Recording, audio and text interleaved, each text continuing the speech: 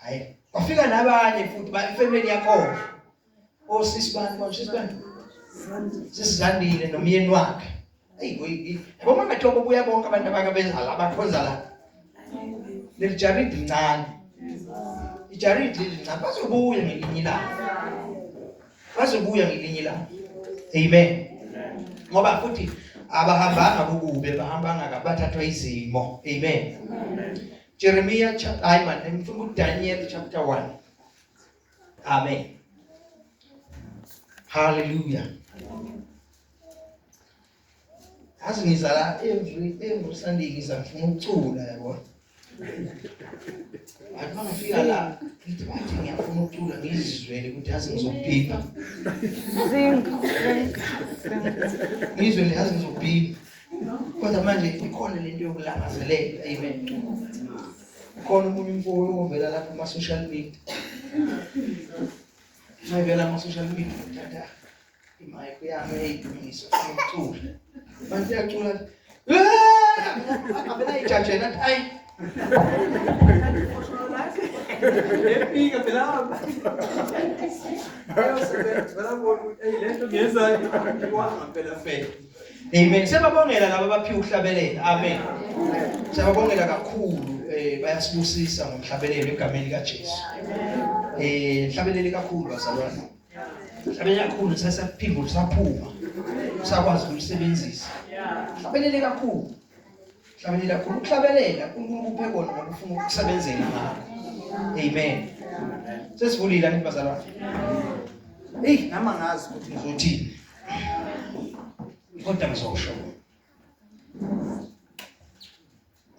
incwadi esifundayo kaDaniel isihloko lapha phezulu sithi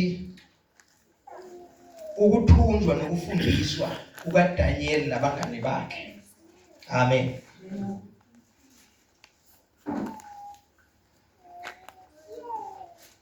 kone linye ngiliphethe la lithi lona ukuthunjwa nokufundiswa kukaDaniel nabangane bakhe bashintshe efanayo abantu phethe ngesingisi sikhona isihloko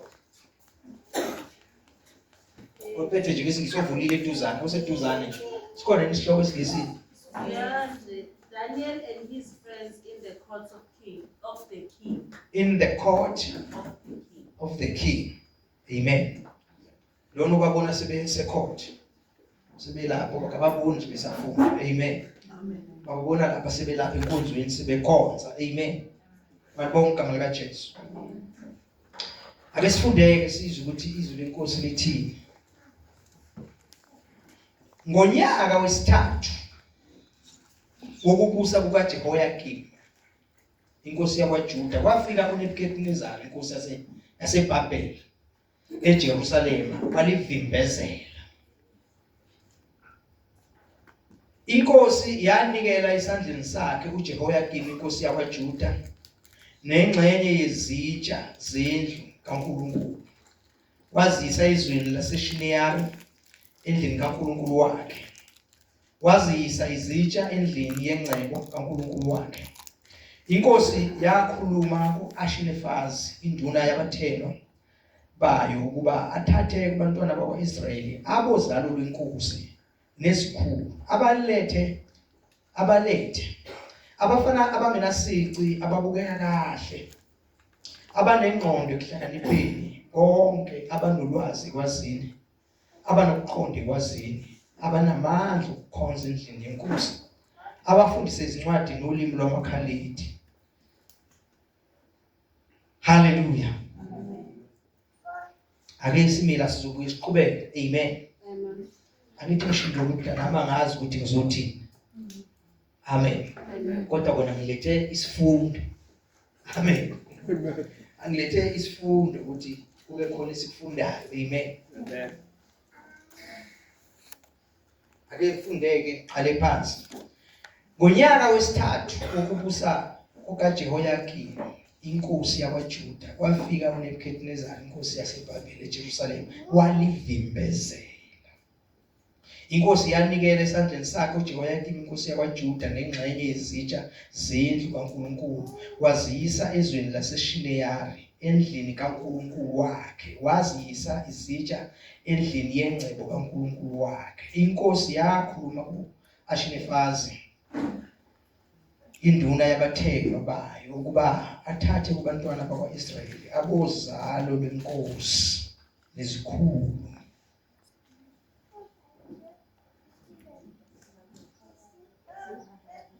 abalethe. Amen. Ngicela uzofunda ngesiLungu. Ngicela nje uzofunda ngesiLungu. Nonke niphethe iBhayibheli lesizulu. Akekho nje kwenzekile nje uvele ingawayivulele isiLungu. Amen. Ukhona? Ngicela funde please.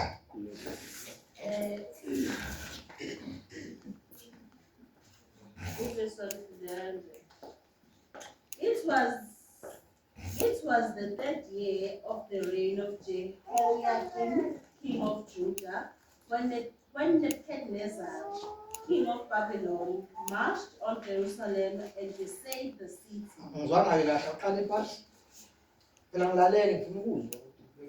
It was Angifani nabanye nje ukufunda nje abalalela banandaba noba uzwile la uthini la nomonzakalani abafuni pay attention. Bani nje ukufunda nje kanti ufundela bona njalo. Funda. It was the third year of the reign of Jehoiakim, king of Judah, when Nebuchadnezzar, king of Babylon, marched on Jerusalem and besieged the city. And besieged the city. My Lord gave Nebuchadnezzar victory over King Jehoiakim and permitted the Babylonian ruler to remove some of the sacred vessels belonging to the temple of the true God. Amen. Korupete ngelinye futhi lesingisi. Ngicela nje sikusheshe ngohamba nami. Ngenze umsebenzi masinyane. Ngizwila ngizwanga kahle kongifunelini. In the third year of And raise up your voice. In the third year of reign of Jehoiakim, king of Judah, Nebuchadnezzar, king of Babylon, came to Jerusalem and besieged it. And the Lord gave Jehoiakim, king of Judah, into his hand with some of the articles of the house of God, which he carried into the land of Shinar, to the house of his God. And he brought the articles into the treasure house. I'm for verse 2. And the Lord gave Jehoiakim, king of Judah, into his hand with some of the articles of the house of God, which he carried into the land of Shinar, to the house of his God. Amen. Amen. La uma sifunda kukhulunywa ngokuthunjwa kwabakwaJuda bethunjelwa eBhabhiloni, eBhabhel. Amen. Bethunjwa inkosi uNebukadnezar. Amen. Inkosi uJehova ayenzi lutho ingambulanga imfihlakalo yayo kuba abaprofeti bayo. Amen. Njengoba sibabona bethunjwa la akubehlanga phezulu. Akufanelanga ngoba nje isehlakala. Amen. Yinto uNkulunkulu ayimemezele for the long time ukuthi izokwenzeka. Amen. Uyimemezela uNkulunkulu ukuthi izokwenza njani? Izokwenzeka. Ayimemezela ngobani? Ayimemezela ngomprofeti wakhe uJeremiya. Amen. Hallelujah. Amen. Mawufunda incwadi kaJeremiya uyithola indaba iyamenyezela la. Kusumisa mayimbusisi. Amen. Njengoba sibathola ke sebethunjwa la, sesithola nalapha kuverse 2 sithola ukuthi uNkulunkulu uqobo lwakhe lithi iBhayibheli wabanikela. Wamnikela uJehoiakim kanye nempahla zonke eyayithumba, wamnikela enkosini yaseBhabheli. Amen. Hallelujah. Amen. Wamnikela enkosini yaseBhabheli. Hallelujah. Amen. But abantu, they usually used to accuse God. Abantu bayathanda nje futhi in these days, more especially in these days, abantu bayathanda uku-accuse uNkulunkulu.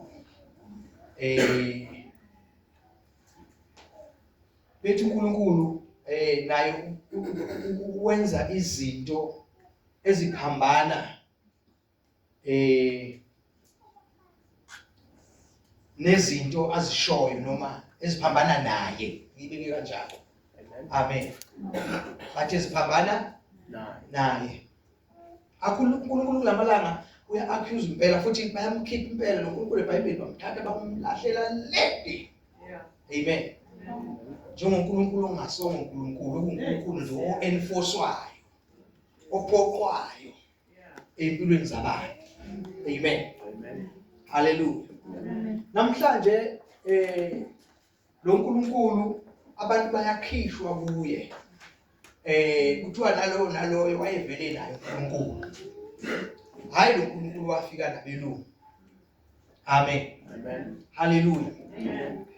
Namhlanje kunezinto ezintsha eziqalayo. Amen. Eziqalayo ezizo replace uNkulunkulu lo simaziyo thina. Zilethwe zizothatha indawo kabani? kaNkulunkulu. Amen.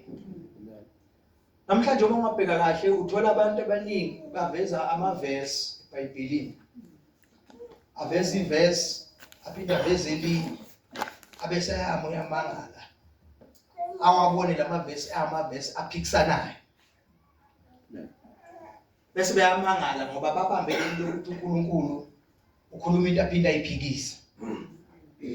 Basuke befuna ukuletha ubufakazi balento abayishoyo ukuthi uNkulunkulu ukhuluma aphinde into ezenjani, okwenza ukuthi bamungabazi.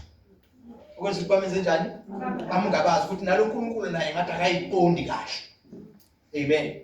Ilento abayishoyo ngaye. Ngisho into abayishoyo ngaye. Amen.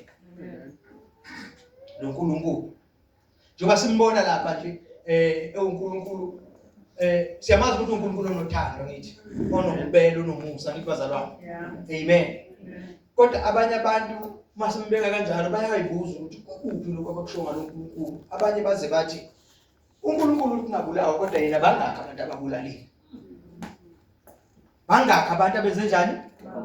Ababulalile.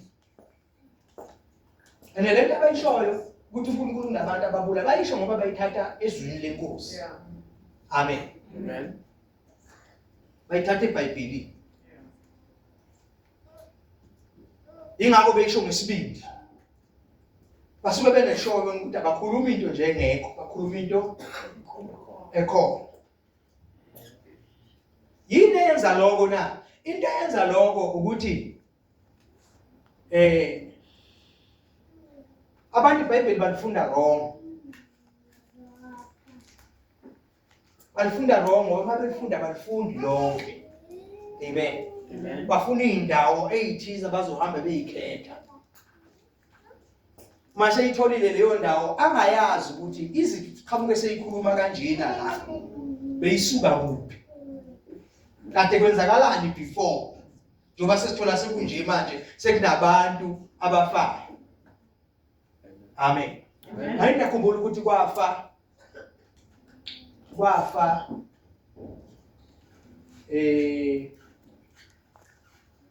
abantu kwi-Red Sea. Hazo makhulu zakhuluma lona iBhayibheli. Amen. Angithi? Amen. Hayi. Bafa kuphi? Red Sea. Uma ufunda iBhayibheli leyo bantu bafa ngoba uNkulunkulu wayelwela abantwana. Yes, baba Israel. Ufuna ukuthi ahambisana. Amen. So bese bethi uNkulunkulu wababulala. Ngabethi uNkulunkulu bangakhe nabantu ababulalile. Yabo.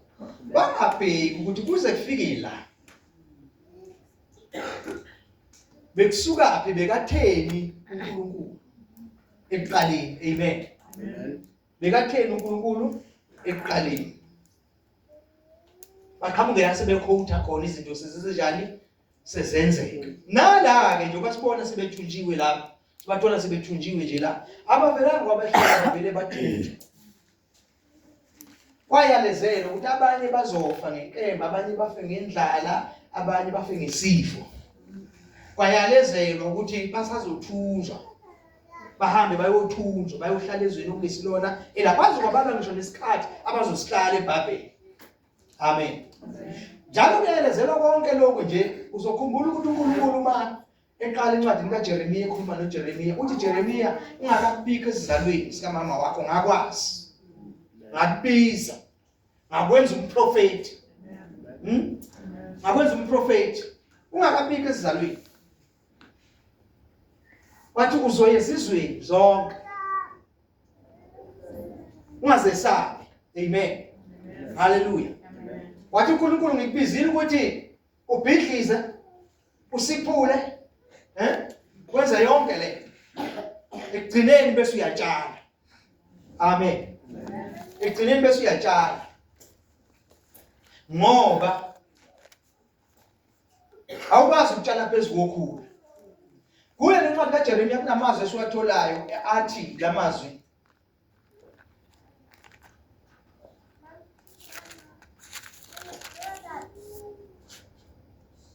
abantwana batheza izinkuni. Angaze besethi abesifazane benzani omama. Abesethi abanye babasa umlilo. Ngisakhumbula lawo mazwi athatholakala kuwo.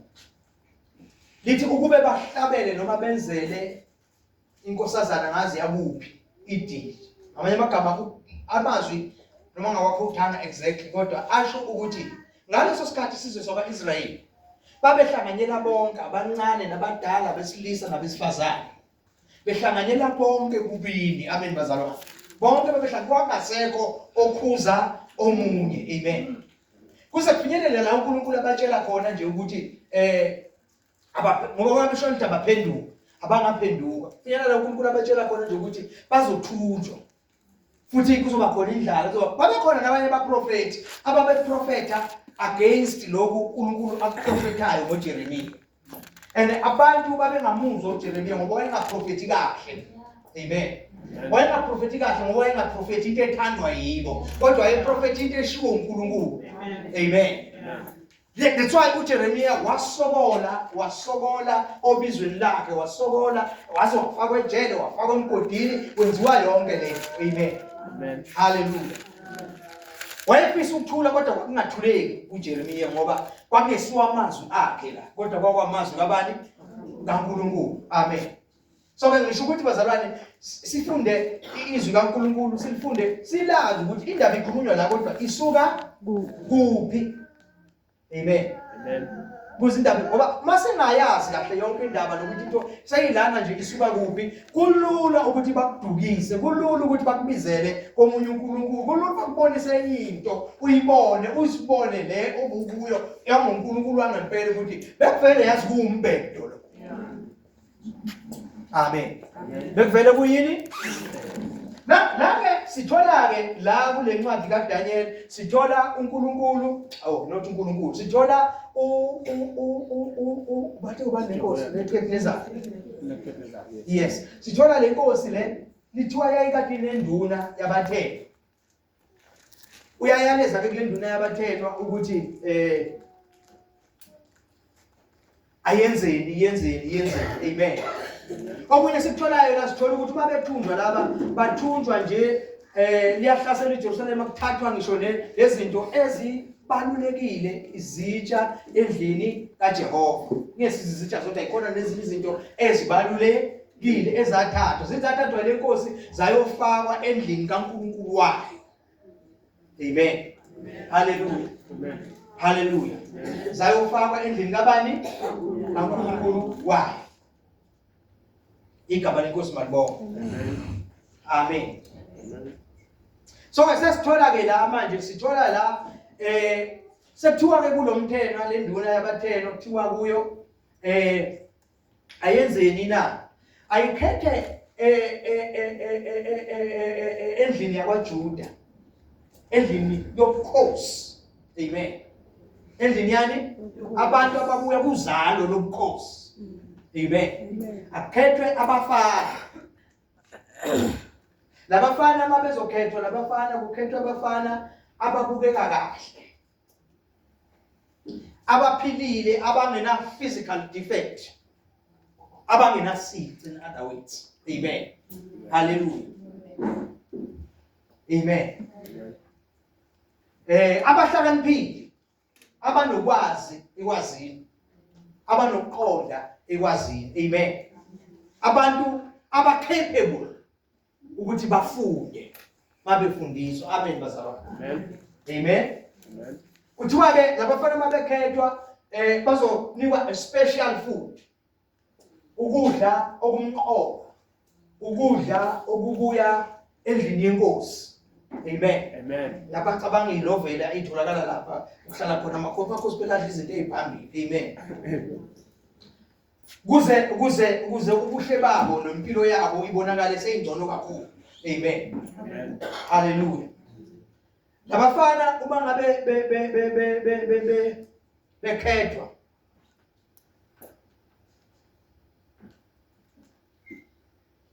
okunye kwenzakalayo kubo banamagama abo.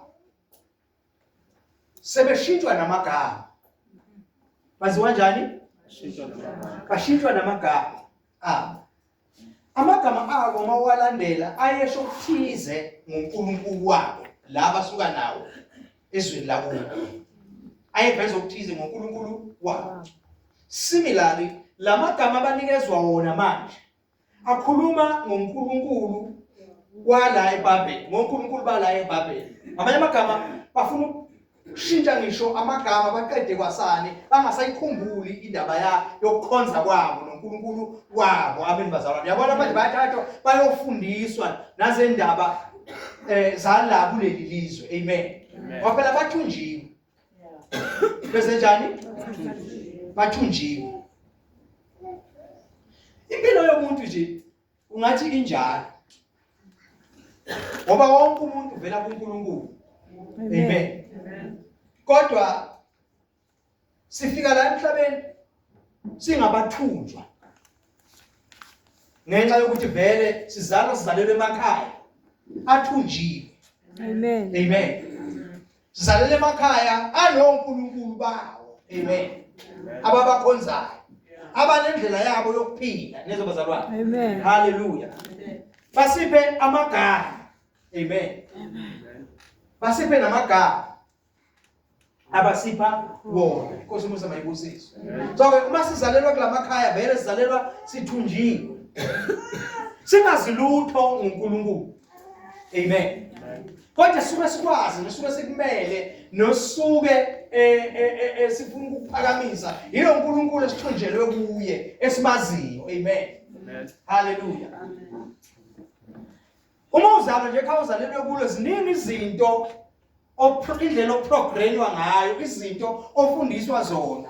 Othi uma usukhulile sokwazi ukuyilalela ngendlebe yakho, ukwazi ukwahlukanisa kuze kufinyelele la wamukela khona uNkulunkulu, wamukela uJesu njengenkosi nomsindisi. Sukumamukela ngoba manje usukwazi ukuyizwela, uyihlaziyele, uyithathele i-decision. Amen. Amen. But uthatha leyo decision vele kumoshakele, you were already programmed ngendlela oprogramwe ngayo. That's why akubi into esimple nelula ukuthi umuntu aphenduke aphendukele kuNkulunkulu. Kuthatha umsebenzi. Amen.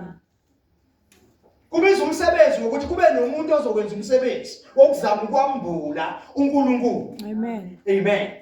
Wokuzama ukwambula bani? uNkulunkulu. Kubiza ukuthi kube nomsebenzi bese kubiza amandla kaNkulunkulu ukuthi lento embulwa umuntu ambula uNkulunkulu yambuleke kuwe.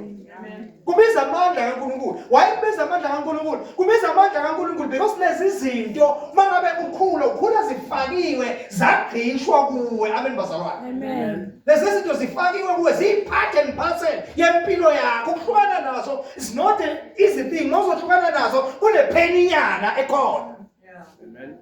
Amen. Kunepheni ebakhona. Makala nje kukhulunywa ngazo kubekwa ukuthi lezi zinto ziyingozi kangakanani, zidangerous kangakanani, zihlukanise kangakanani noNkulunkulu. Kubuhlungu awukwazi ukwamukela kalulu ngoba seziyingxenye yempilo yakho. Sibonga uNkulunkulu ngevangeli ngoba ivangeli yini uNkulunkulu asinikeze lona indaba ezinhle, indaba ezithokozisayo elithizwe kaNkulunkulu.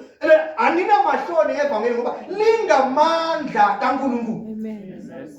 Lingamandla kabani? kaNkulunkulu. kaNkulunkulu.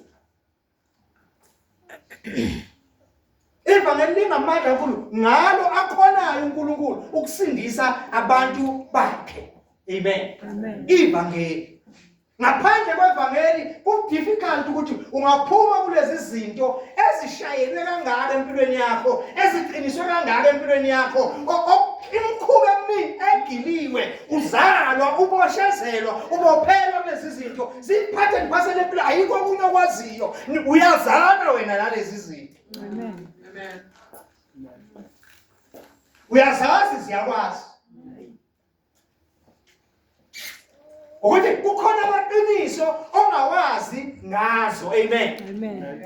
Ukuthi njengoba zikhona nje nithandana kangaka, ninobudlelwano obungaka nje, lobo budlelwane akusibo ubudlelwane bokuthi buzobenefita wena, kodwa ubudlelwane bokuthi uzuze zona kuwe. Amen. Hallelujah. Kuzuze zona kuwe. So, strong. Angeke uphume ngamandla akho. Yeah. Ngeke uphume ngewisdom yabantu. Kodwa uphuma ngokwezwi kaNkulunkulu abeni bazalwane. Elinamandla. Uphuma ngamandla egazi likaJesu. Amen. Because igazi likaJesu yilona usulizwile izwi wamamukela uNkulunkulu. Lefike lenza umsebenzi wokuhlukanisa, lenza umsebenzi wokukhipha, lenza umsebenzi wokuqinisa ubudlelwane osuba nabo noNkulunkulu manje, liqabula ubudlelwane bewunabo nalezi zinto. Amen. Hallelujah. Lingabula ubudlelwane bewunabo nalezi zinto. Kubiza igama likaNkulunkulu, uthembe yena, uthembe uNkulunkulu. Kubiza igama likaNkulunkulu libe namandla okukhipha kulezi zinto, libe namandla futhi ukuthi lezi zinto ungakwazi na ukulisebenzisa leli gama uyimise zingasakulandeli empilweni yakho. Amen. Amen. Hallelujah. Amen. Ngoba uma ngabe usese kuleya mpilo unalezi zinto, usuke ungene esivumelwaneni nalezo zinto ezifakwa empilweni yakho. Noma lawo uNkulunkulu ofundiswa bona usungene kwisivumelwano nabo. That's why ukuphuma akukho lula, because they fight ukuthi wena uphume kubo. Amen. Because ba understand into yokuthi masingena la sangena kwachitheka igazi. Amen. Angithi niya understand bazalwane ukuthi uma ukhula impilo nje isithi uzikhuluma ngempilo yami yesintu engaziyo abantu abaningi babuya kuyo. Ikhaya labekela. Amen. Umuntu uyaqiniswa. Amen. Amen. Hallelujah. Amen. Uma izoqinisa umuntu uyagcatshwa. Uma kuzoqinisa ikhaya kuba nezinto ezifakwayo la ekhaya. Amen. Amen. Amen. Ezinye zazo kulanda amatshe emfuleni. Abuya kujelwe la. Kulanda isihlaba sasemfuleni. Uzocela ngaso la. Bese kuthi nizogcatshwa nonke la ekhaya. Lesikhathi uma ngigcatshwa. Into ebalulekile efuneka kuwe ile gazi. Oh, Jesus. Ile gazi. Lesikhathi uma kushaya la ngereza bakuthi tsa. Liphuma igazi. Yahlina bona kancane. Yabona. Mase bayifaka lento abayifakayo lapha. Bayihlikihla bayithiya luma kancane. Yabona na ukhulumela nje ungayi-understand. Kanti ungena kwi-covenant thizeni. Yabona. And le covenant ongena kuyo kuNkulunkulu unesivumelwano esiqiniswe ngegazi lakho. Amen. That's why it's not easy ukuphuma kulezi zinto, because zithi thina nesiphume la, thina kwathetheka igazi nje sikela. Singeke siphume, asimshiyi thina ubaba, asimshiyi thina ubaba. Asishiyi indlu yazo kalula. Amen. ngenxa yegazi elezenjani. That's why awukwazi ukuyikhulula. Amen. Alikho igazi elingakhipha.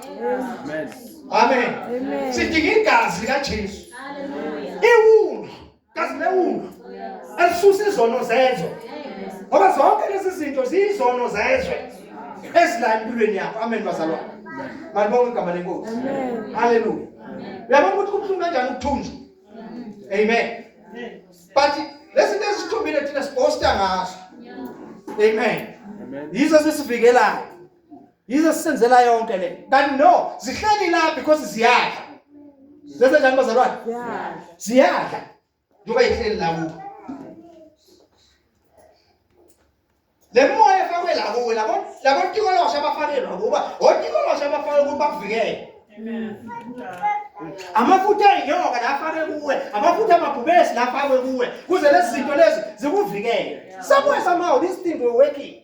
Amen. Lezi zinto besezenjani? Besebenza. Hayi ukuthi asisebenze ukuthi zasebenza. But ziyintando kaNkulunkulu yini? No. Abantu bebazimithi ekungayifakile. Abantu bebazimithi is for our benefit guys. Abantu bebazilento. Abantu ababenokukhule nokuhlakanipha. Okuthize but a corrupted wisdom. Yeah. Angazi mina ngizwa ini. Amen. It's a wisdom but a corrupted wisdom. Amen. Amen. Abantu abaqala benimana beneyilwane iqaleke. Kuneyinyoka nayo yonke le. Amen. So mayizinyama zokugcaba, mayizokugcaba kunamafutha, kunento thina izibiba thize zeyinyoka ezifakwa nakubo. Sifakelwa lesibiba senyoka kuwena. Sifakelwa ukuthi uma uhamba ehlathini kunenyoka isheshizo ukuthi kukhona omunye ozabafaka into ezokuzwa bese iyagwema ishintsha indlela umuze ungabonani wena naye ngoba is dangerous kuwe. Ifanele ukuthi uzwe ngamanga mfana netrack efaniwe la ukuthi mawuqala uthi uyeza wena lento ikuzwa sayizoshintsha indlela ngoba kunomoya uzwayo bese ishintsha indlela ingasaya yabona ukuthi somewhere somehow beyisebenza. Amen. Hallelujah. But now awukwazi ukhipha idemoni ngedemoni. Amen. Amen. Kube ngathi iyakusiza kanti ayikusizi lento ilanda more okunamandla okuzohlala la empilweni yakho kukugilaze impilo yakho yonke.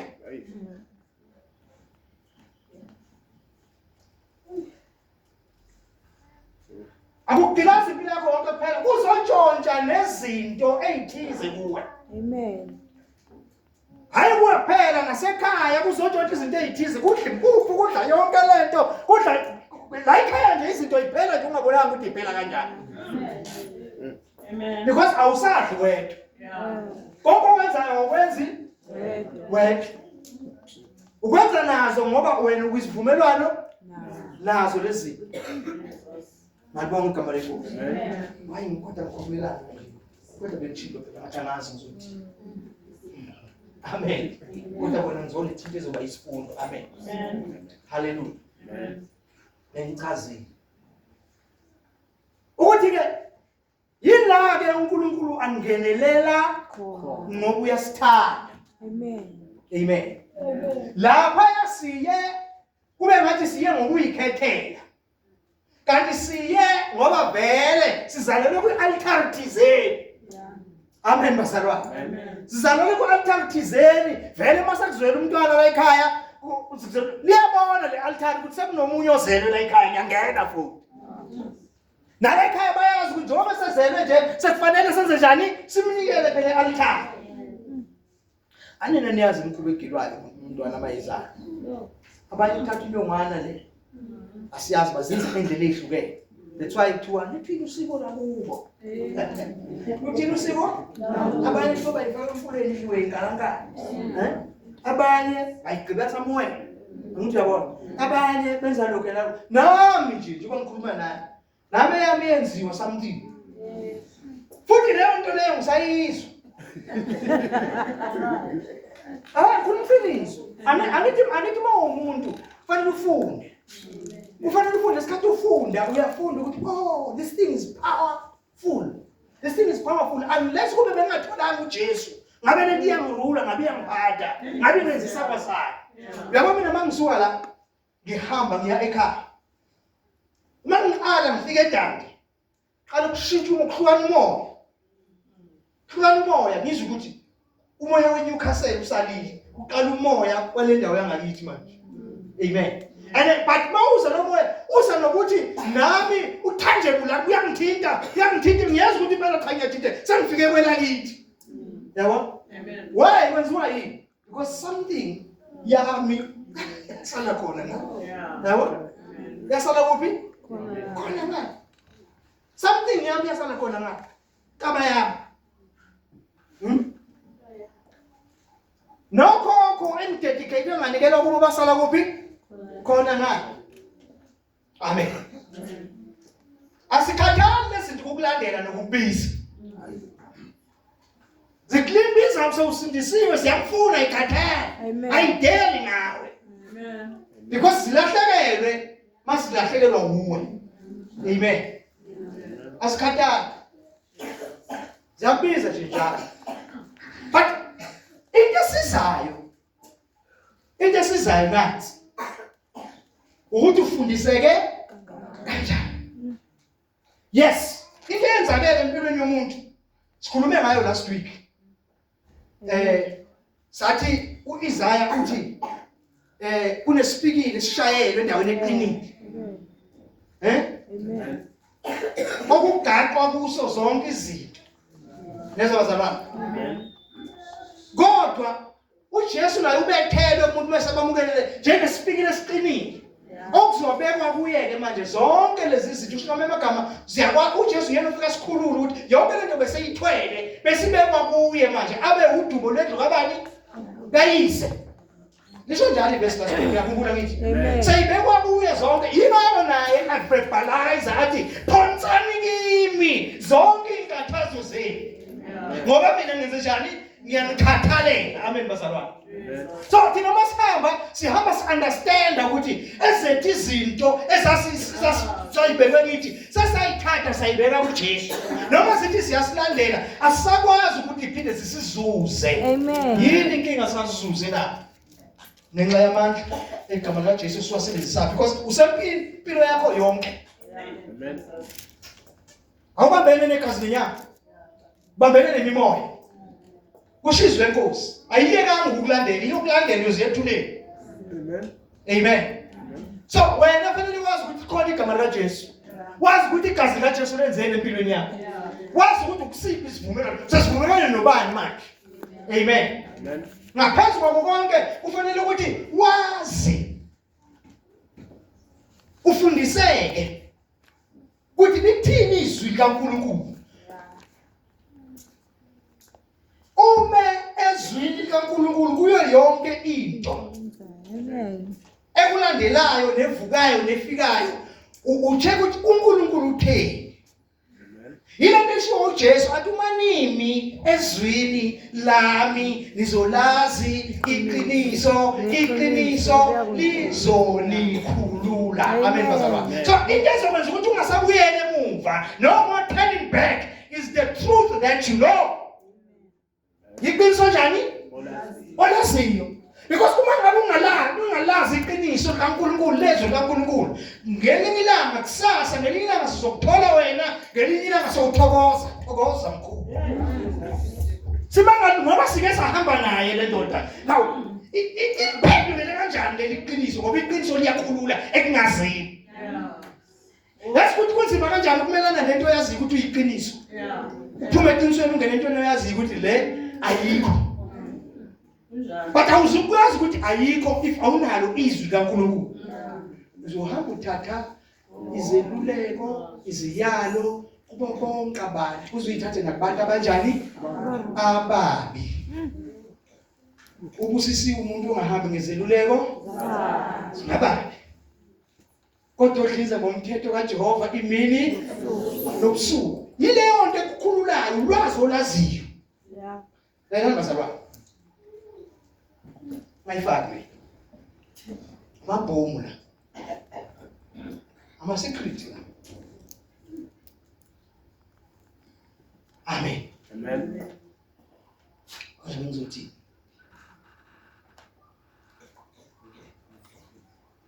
layelani bazalwane, mina nje izwi laNkulunkulu olaziyo yilo elikuseyivayo. Amen. Yilo elikwenza ukuthi ungaweli onayo yabuyake lento bengifuna ukuyisho. Do you know ukuthi uSathane uyakulandela? Ukulandela ngazo zonke indlela zakhe angayisebenzisa ukuthi akulandele. Ukuthi akubamba ufumane akuthole. Do you know ukuthi uSathane akamazi umuntu o-weak no strong? Amen. Amen. Kamazi umuntu o-weak no strong, but kunento ayenzayo to test you ukuthi u-strong noma u-weak na. Amen. Amen. Uhambe veza nje izinto azithi. Ayiveze izinto azithi. Bese kuthi le wena esenhlizweni yakho ongeyakho ayivezile wayithi. Mayiveze ithi get attracted. You get attracted. Lesikhathi uthi get attracted athi yes, angizombamba la. Sengimbonile ngizomenza njani? Azothola. Engizombamba. Lefa uJesu belina ngikhuluma amanye amazwi ukuthi ngisonokuningi engizokusho kini. Kodwa ukuthi angisenakho okuningi engizokusho, ake sivule bese sifunde njengoba linjalo. John chapter 14 verse 28 verse 30, yes. Verse 30 sifundile. Sifundile verse 30.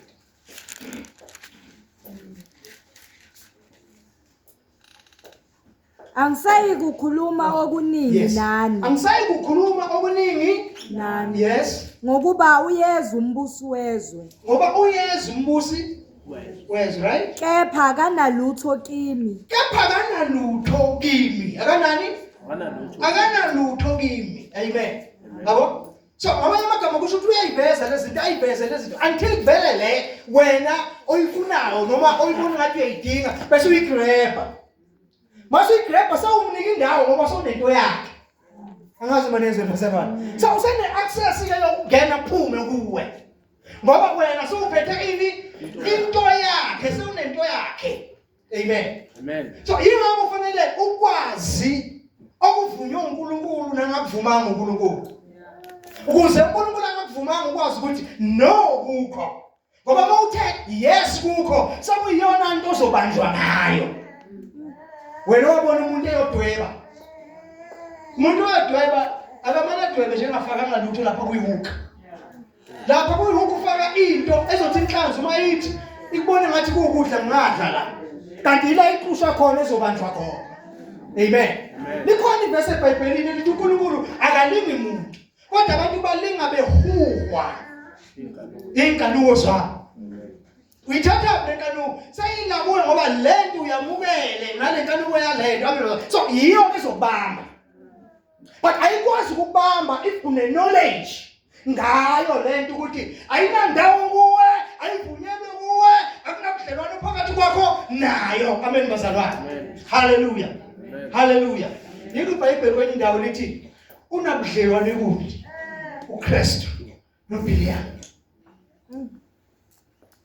Manje uKristu noBhiliyamu unabudlelwane kubuni uSathane noKristu. Abanabudlelwane. Bese lithi phumani phakathi kwabo kwabangakholwayo. Phumani kuphi? Phakathi kwabo. Manje siphume phakathi kwabo alisho ukuthi singaphili nabo, kodwa siphume emkhubeni yabo. Siphume emkhubeni ngoba sibanjwa kule mkhuba. That's where sibanjwa khona. Amen. Amen. And lapho inamandla yokuthi ayibambi kuphela abantu nje. Amen. Hallelujah. Amen. Ibamba akukhathalekile ukuthi sowuhambe kangakanani, waziwa kangakanani uhamba noNkulunkulu. Amen. But if awazi ukuthi awukwazi ukuhamba uqhubeke ungenazwi kaNkulunkulu kuwe, okuyilona ehlaba lahlukanise izizinto zenhliziyo. Amen. Bawungenazwi kaNkulunkulu okuyilona elihlukaniselayo ukuthi uright lo noma urong. Ngoba izwi kaNkulunkulu elisihlukanise nayo. But manje ke umbuzo usekuthenini. You still have a choice. Ukuthi ukhetha ukulalela bani. noma ukhetha ukulalela uSathane. Khathi ukulalela imizwa yakho noma ukhetha ukulalela uNkulunkulu na. Amen.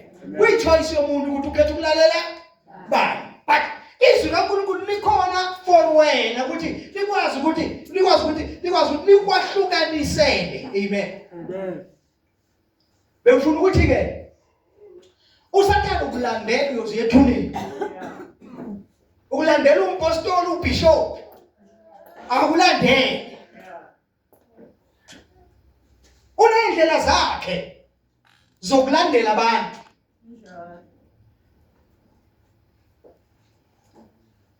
Akuna muntu la ongabi nayo visitation of the devil.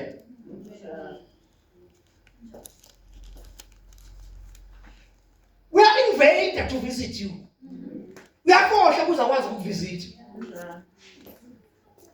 Amen. Amen. Anitsonke nje wasinele siyaphupha. We all dream. Do you choose ukuthi ufuna ukuphupha namhlanje? No, you don't. But you are poor. Amen.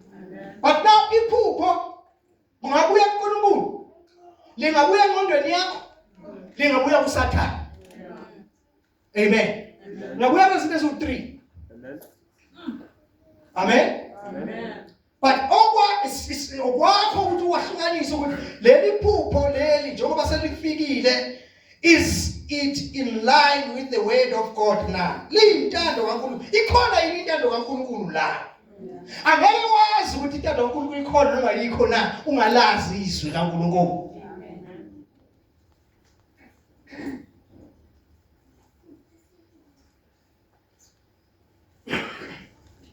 Nikhumbule phela abazalwane ukuthi njengoba sibuya le ekuthunjweni. Sibuya kuphi? Ekuthunjweni. Sibuya ekuthunjweni. Izinto zale ekuthunjweni asizukuyeke ukukulandela. Amen. Amen. Amen. And yazi uSathane ukuthi uhlakaniphe kanjani? Ngeke ngiyibeke le. Usathane uhlakaniphe nokuqila. Unani bazalwane? Nokuqila. uSathane ayikho into okungeyakhe. Akwazi nje ukuthi abe into yakhe original yokuzenzela. Amen. Yonke into ayenzayo utshontshile. Yonke into ayenzayo yenzenjani? Evela umsebenzi wakhe ukweba. Akebe kuphela uyabulala. Akabulali kuphela uyabhubhisa. Amen. Amen. Hallelujah. The very same ways zikaNkulunkulu azisebenzisayo ukuthi ahlangabezane nawe, akhulume nawe. Amen. Amen. The devil uses the same ways. Amen. Amen. Amen. Hallelujah. Amen. Hallelujah. You see, uNkulunkulu sometimes uma ekufuna ngempela. Ekufuna ngempela lento afuna ukuyicommunicate nawe uyafuna ukuthi ngempela uyazi. Ubheka uNkulunkulu ukuthi lapha emndenini wakho. Noma mhlawumbe kungasesikho emndenini. Kodwa ngifuna ukukhuluma ngomndeni this time. Ubheka ukuthi uNkulunkulu ubani umuntu omhloniphayo, omlalelayo, omaye ngathi bayizwe liphume kuye. You obey it. Amen. Ukhuluma sefuna ngempela ke uyakwazi ukuqhamuka ephusheni. Aqhumuke ngathi kuqhamuka loyo muntu. Akhulume something kuwe nezo bazalwane. Maye khuluma le something kuwe. Ngeke uthi khulume lo muntu. Uyazi ukuthi mhlawumbe uNkulunkulu sekwamsebenzisa for many times. Ingaphambene nezwi lakhe wazenza waphumelela. This time uzoqhamuka, maye qhamuka this time ngoba wena sewujwayele ukuthi ngiyazi ukuthi ukuqhamuka umama nje mina. Washo something ngiyazi ukuthi leyo nto leyo mpisa ngiyilwile ngihlulile. Yes uNkulunkulu he uses that. But noSathane usebenzisa bona lokho. Yingakho ke kubalulekile ukuthi funda ukuhlukanisa ukuthi this time lelizwe lifike ephusheni iza ngephupho engathi livela kumama. This time in line yini nentando kaNkulunkulu. Amen bazalwane. But manje ngakho lithi yenza into engekho in line nezwi likaNkulunkulu. So uyazi automatically ukuthi isela lifuna ukuzoku. Lifuna ukuzokwenzani? Lifuna ukuzokutshontsha. Amen. Amen. Lalela phela bazalwane, ufuna lalela kahle, ufuna lalela kahle ngifundisa manje, ngiyafundisa manje. Umuntu mayephupha. Sometimes kuba nesound. Uyaphupha uyibona into eyibonayo. Sometimes kube nesound. isound ingenza kube isound esabisayo, ngenza kube isound esoft. Amen. But that sound has got a meaning in it. That sound has got a meaning in it. Amen. Hallelujah. So when I say to understand, let every nation in the sound. Let me make a clear example. You see, Mina. I'm so close. I'm so close to Amen. Njengoba ngangiclose ekuzweni imimoya angikhuluma ngiqala nje ngaqala ngafunda ngemimoya ukwazi ukuzwa ezweni izinto zesizweni likamoya. Angiqalanga ngeke kaNkulunkulu, ngaqala ngathi ngazalelwa khona kulezi zinto. Ngaqala ngafunda kuzwa ngizwa bazalwane. Ngafunda kuphi? Ngizomizwa yazi ukuthi ngithini. Ngaqala ngafunda kuzwa ukuthi umuntu uyacommunicate nezwe likamoya. Nezwe bazalwane. But now kwafika ukuthi ngathola umusa ngazana noNkulunkulu, ngazana noJesu, ngazana nendlela kaNkulunkulu. Moya engcwele wahlala ngaphakathi kimi. Akakagcina lapho ngaba i-student of the word. Amen. Ngaba umfundi wani? Wezwi. So now noma namhlanje yabona mina I do believe angangaphupha mama wami ngiyazi ukuthi unkinga leyo ngoyinqoba. But uma ngamphupha athi mntanami ngilambile, automatically sengiyazi ukuthi no la uappeara engazuthi uzongisiza kuthi umama lo usathana ungena emzimbeni kabani just to steal me. Ngibona ngesound ayikhipha noma ngemeaning yesound ayisho. Ngento ayishoyo kufanele ngiyenze ukuthi ngokwezwi kaNkulunkulu I'm not allowed to do this. Ngokwezwi kaNkulunkulu angikwazi ukweqa kunomngcele. Izwi kaNkulunkulu limbekela angikwazi ukweqala ngiye ngalo. Yilali ithi izwi kaNkulunkulu, izwi kaNkulunkulu ihlaba lahlukanisa izinto zani zenhliziyo. Lahlulela, ihlaba lahlulela izinto zenhliziyo. Kukhona ukuthi kwesinye isikhathi ube ku-problem, ube senkingeni. Usenkingeni, ufuna ningilalele nje sithathu. Ube senkingeni, ebaphathayo bonke abantu. Abayi-attend inkinga ngendlela eyihlukene. Amen. Ukhona abakholwayo, ukhona abangakholwa. Abangakholwa kunezinto ezibafikelayo nabakholwayo. Bathi uma be-attend aba-attend ngendlela eyodwa. Kodwa uma be-attend ngabo attend ekhona basizakale. Ngoba wake wasizakala usezo-advise wena. Ayi-advise hayi ngoba kudukisa, uneshow ngoba yena usizakele. But wena kunegulf, kunomngcele. Ongakwazi ukweqa. Lo mngcele umiswe yizwi kaNkulunkulu. Hallelujah. Umiswe yini? Yizwi kaNkulunkulu. Buka kwenzeka kanjani ngesikhathi nje umuntu owumholi uhambe washumayela ivangeli, washumayela insindiso, kwaphenduka abantu ngaye. Kwaphenduka abantu wathandaza, bayithandaza. Kwakhona abantu abathintwa nje indlela athandaza ngayo. Wathi ngifuna uNkulunkulu walo muntu. Bese umthola lo mholi ngelinye ilanga selahle phansi, sengene ngawo. Kwenzeka kanjani? Kwenzeka kanjani? Yazi ukwenziwa yini? Kwenziwa ukuthi akathathi izwi kaNkulunkulu as ukuthi izwi kaNkulunkulu has got a final authority empilweni yakho. Izwi kaNkulunkulu kufanele kube ibe ne-final authority empilweni yakho. Mananalo. Mawume nalo umenothini. Yiba kuthi uma ngabe uNkulunkulu engakithi, ube ngakithi ngoba simene ezwi lakhe. Maye ngakithi bani ongamelana nathi? But kubiza ukukholwa lento engishoyo. Kubiza ukwenza njani? Kubiza ukukholwa hayi ukulandela abakholwayo. Hayi ukulandela abanjani? Abakholwayo. Bawulandela abakholwayo sokuthola ungena ngapha uphinde ungene ngapha.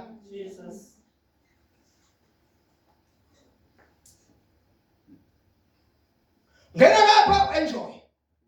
Uphinde uze lapha enjoy. Nazo umezwa yini? Nazo umezwa. Ungena lapha uze njani? kusasa ubuye ngapha uzenjani bekufanele uma ungene ngapha ufika enjoy awusakwazi ukenjoy awusakwazi so uma enjoy kusho ukuthi vele uhamba kuphi enkungwini uhambe ebumnyameni kuwe ubumnyama kufana nje nokhaya amen ngoba awubazi ukukhanya ngoba ukwazi ukukhanya wazi ubumnyama kodwa wazi ukuthi impilo vele iphilwe ebumnyameni ngoba ubumnyama ubona ukukhanya ngoba awuhambi ngokwezwi kaNkulunkulu uthi uJobe ngelinye ngayikhuluma uthi engathi kusenjengaseyinsukwini zami ushese serich sesemuhle yonke into yakhe imhambela kahle uthi engathi ngakusesenjengaseyinsukwini zami lapho ngahambe ebumnyameni balelizwe ngokukhanya kaNkulunkulu ngahambe ebumnyameni balelizwe ngokukhanya kukaNkulunkulu ake ngibuze kimi yini into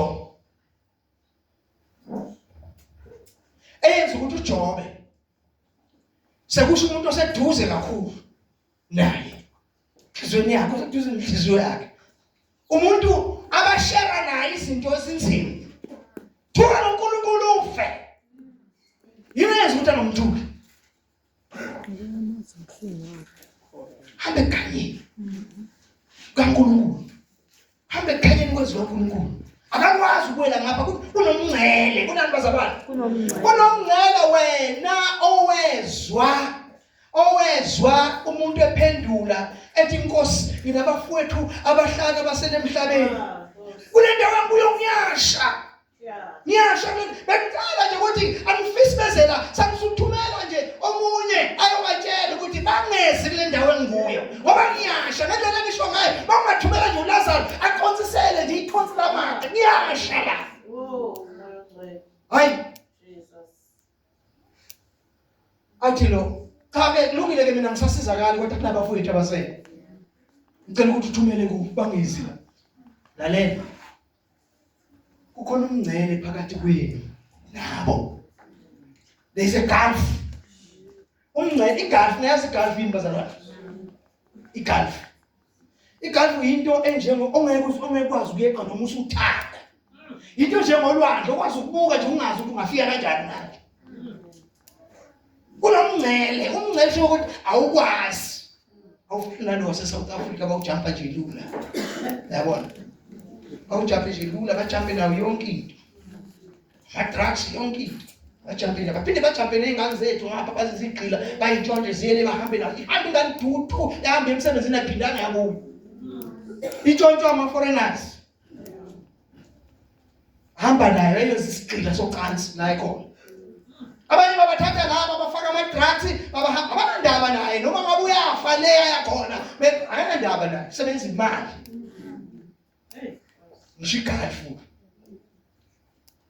umngcele amen manibonga igama lenkosi now omunye uzothi-ke umfundisi ufunde le ndaba yabafana baseBhabheli ihlangana nazo sonke le story sesishilo nina nibona ukuthi yiso anibona ukuthi yiso lesingisho labafana they were so wise bakhetha they were so wise ngendlela yokuthi bakwazi azange ba refuse ukuyofunda indlela zamakhaledi the Chaldean ways the language yamakhaledi ama-literature amakhaledi afunde indlela zobukhosi base Babel. But though babethunjiwe belapho bezolonga but azange umngcele baweqa ngoba wayebengaweqanga umngcele babazi ukuthi uNkulunkulu yini ayifunayo yini angayifuni babazi ukuthi bona bangabakabani noma sebebizwa ngamagama kaNkulunkulu wangale kodwa babazi ukuthi owethu uNkulunkulu ubani yingakho banqaba noma sekukhanda isithixo kuthiwa bayokhuleka kuso but we don't bow but yazi inkosi nebukhethelezana ukuthi angeke thina sisesiguqe esithombeni sakho ngeke sisesiguqe ukunebukhethelezana ubani bafana ubani uNkulunkulu emthembile ozomfuna niyasibona lesithando somlilo ubani uzonaphula Ubani uzonaphuka la. Bathi lalela awuzimpendulo abafana bathi lalela Nkosi lephethinizayo. uNkulunkulu wethu unamandla okusiphula la. Kodwa ke noma engasasephula. Noma engasasephula. Ngeke sikhuphe kodwa kuyokwaziwa. Kuyokwazi njani? Kuyokwazi. Abantu bazalwane, ivangeli esilishumayelayo liyokwaziwa ngokuthi siyalimela. Liyokwaziwa ngokuthi uyalimela, liyokwaziwa ngokuthi uthandaza kangakanani, uhlabelela kangakanani. Liyokwaziwa mase kufike ukuthi hlukanisa manje. Jesus. Phakathi kwabangani bakho. Phakathi kwama-colleagues wakho.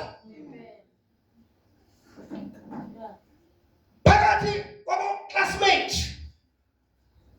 Phakathi kwama-friends, phakathi kwama-stradini, phakathi estradini kuyokwaziwa ukuthi hayi lona yena hayi.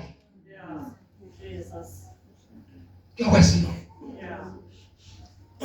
Namhlanje ivangeli liso powerful ngoba aliqiniswa ivangeli ukuthi uhlabelela kangakanani, aliqiniswa ukuthi ugcotshwe kangakanani, liqiniswa ukuthi uma kangakanani, uchoose uNkulunkulu wakho noma ngabe bheda kanjani. Amen.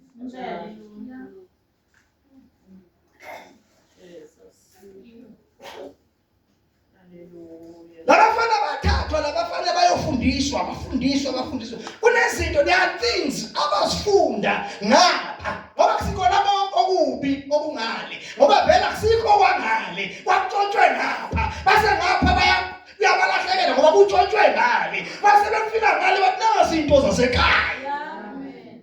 Nasi into zakuphi? Zasekhaya. Nasi into zasekhaya. Ukuthi ngale sayifika zaba corrupted. Sayisetshenziswa ubumnyama and sisebenzela ubumnyama, but into zasekhaya. Amen. Kona lezinye ezinhle ezangapha ngakithi. Thina qobo lwethu sisicorrupt, sithe senze zaba corrupt. Sisebenzise saze seqe isilinganiso. Ngoba umuntu mayisebenzisa into eqe isilinganiso akusesiyona. Sekungenye into akusesiyona bethe ayisebenzisa ngoba ibekelwe umgaba ukuthi sebenzisa ugcinela. Sebenzisa njani? Uma usudlula lapho sekukhona ukufa. Hayi mhlawumbe ngizwa kahle. Kukhona imbiza. Nayazi imbiza. Nina vele ninizalwe nje. Imbiza nizazi, imbiza yokuchanda. Amen. Imbiza yokuchanda nazi imbiza. Khona imbiza yokuchanda ikalwa ngelunga. Uthiwa yasiza. Ayasiza yasebenza phela. Ngoba yasebenza phela ngoba nothing wrong ngokwazi ukuhlanganisa amakhamba. There is nothing wrong ngokwazi ukuhlanganisa amakhamba. Amakhamba letho uNkulunkulu uthi wasebenzise asihilishe lapho asihilishe khona. La asibasafuna ukusakwazi ukwasebenzisa khona. Uma sethathiwe ayokhothanyela emsamo, sethathiwe anikelwe kwabanye uNkulunkulu, bafuna amandla thizeni, nene awusakwazi ukufaka emzimbeni wakho. Manje uma wakala wadlulela elungwini, bese uyayisebenzisa. Ngone. Uyahamba uyancwaya. Ngisho umuthi, ngisho injection kadokotela. Inesikali. Mama wadlula kwisikala isesiyimphiliso sekufa. Nala endlela kaNkulunkulu izinto eziningi iboshwa amakholwa. A-overdo izinto, a-exaggerate izinto.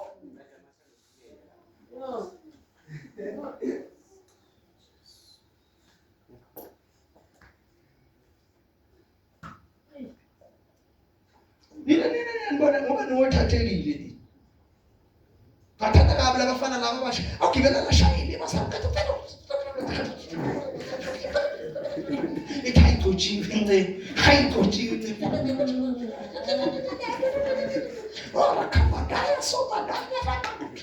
What's the reason for you for doing that in the pulpit? Just for attention. Nokubonakala ungathi uje kunalabantu abalapha. Phela kusho mina izwa uNkulunkulu lenqaba leyo. Lethi uma ngena umuntu phakathi kwenu ungakholwa akezi kusho ukuthi niyahlala. Mase nikhuluma nje ngelimi nje. Ake bangene umuntu phakathi kwenu. Yabona ukuthi libeke limit yokuthi siyakhulunywa zona but sinendawo. Yes.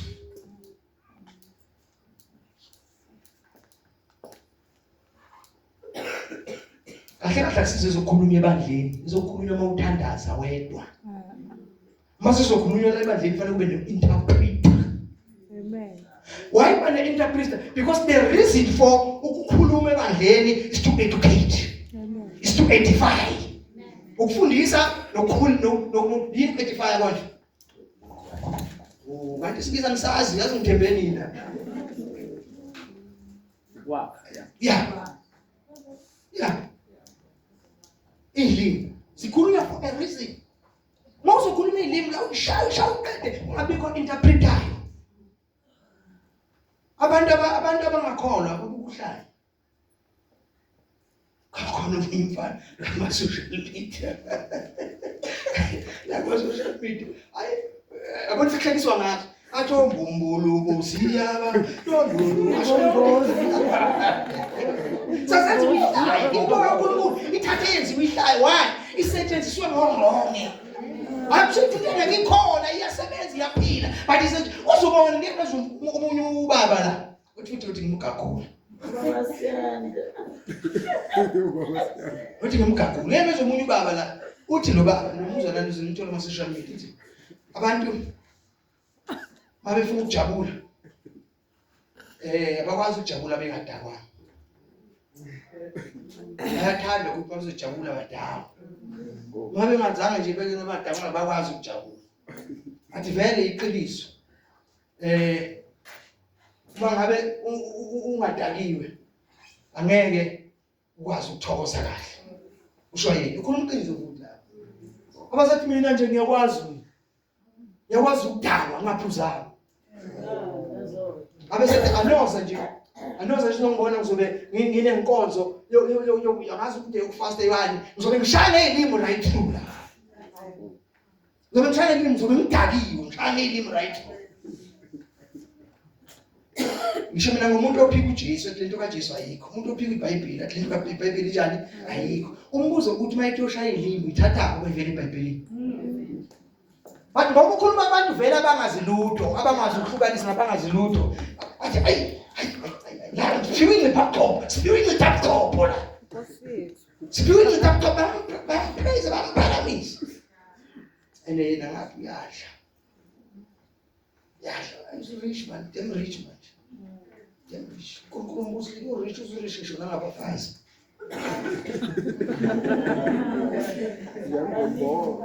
Yeah, look at this thing.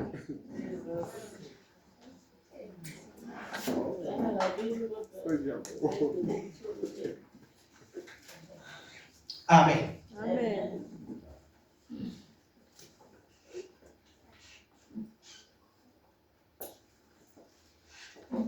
Yabona umuntu otholithuba lokufunda. Funda. Ukuthi yini oyifundayo nalapho. Kodwa izenjani? Funda. Kodwa funda kakhulu izwi kakhulu. Amen. Ngoba lokho uyokufundayo noma ngabe ukuthola yabona kukhona kunebandla likhona la isonto likhona la kuthiwa abakhethwa elazi. Kuthiwa abakhethwa khona lazini la eProportion senze khona ngasensimbini. Anibazi? It's very good to know inqobo yakhona. Lezo basabani. Ngoba khona izinto ozozifunda khona, uNkulunkulu azokufundisa zona ukuthi uyabona ubungozi balento ukuthi kungakanani. Lesikhathi uphakathi kwabo ufunda, uNkulunkulu uyambula ukuthi yabona ukuthi ingozi yalento ila la. So ngeke usawele engozini oyenze njani? Uyifundile wayibona. Kufana nomuntu ovele nje wakhona. Engawazi umehluko phakathi kwe-Seventh Adventist nama-Watchtower, engawazi umehluko phakathi kwe-Universal nabazalwa. Ayifani lezi zinto kodwa umuntu ongazi. Hayi nami ngumzalwane. Akawazi umehluko ukuthi sihlukephi thina kubo bonke laba. So funda nangabo wazi. Amen. Sengcina.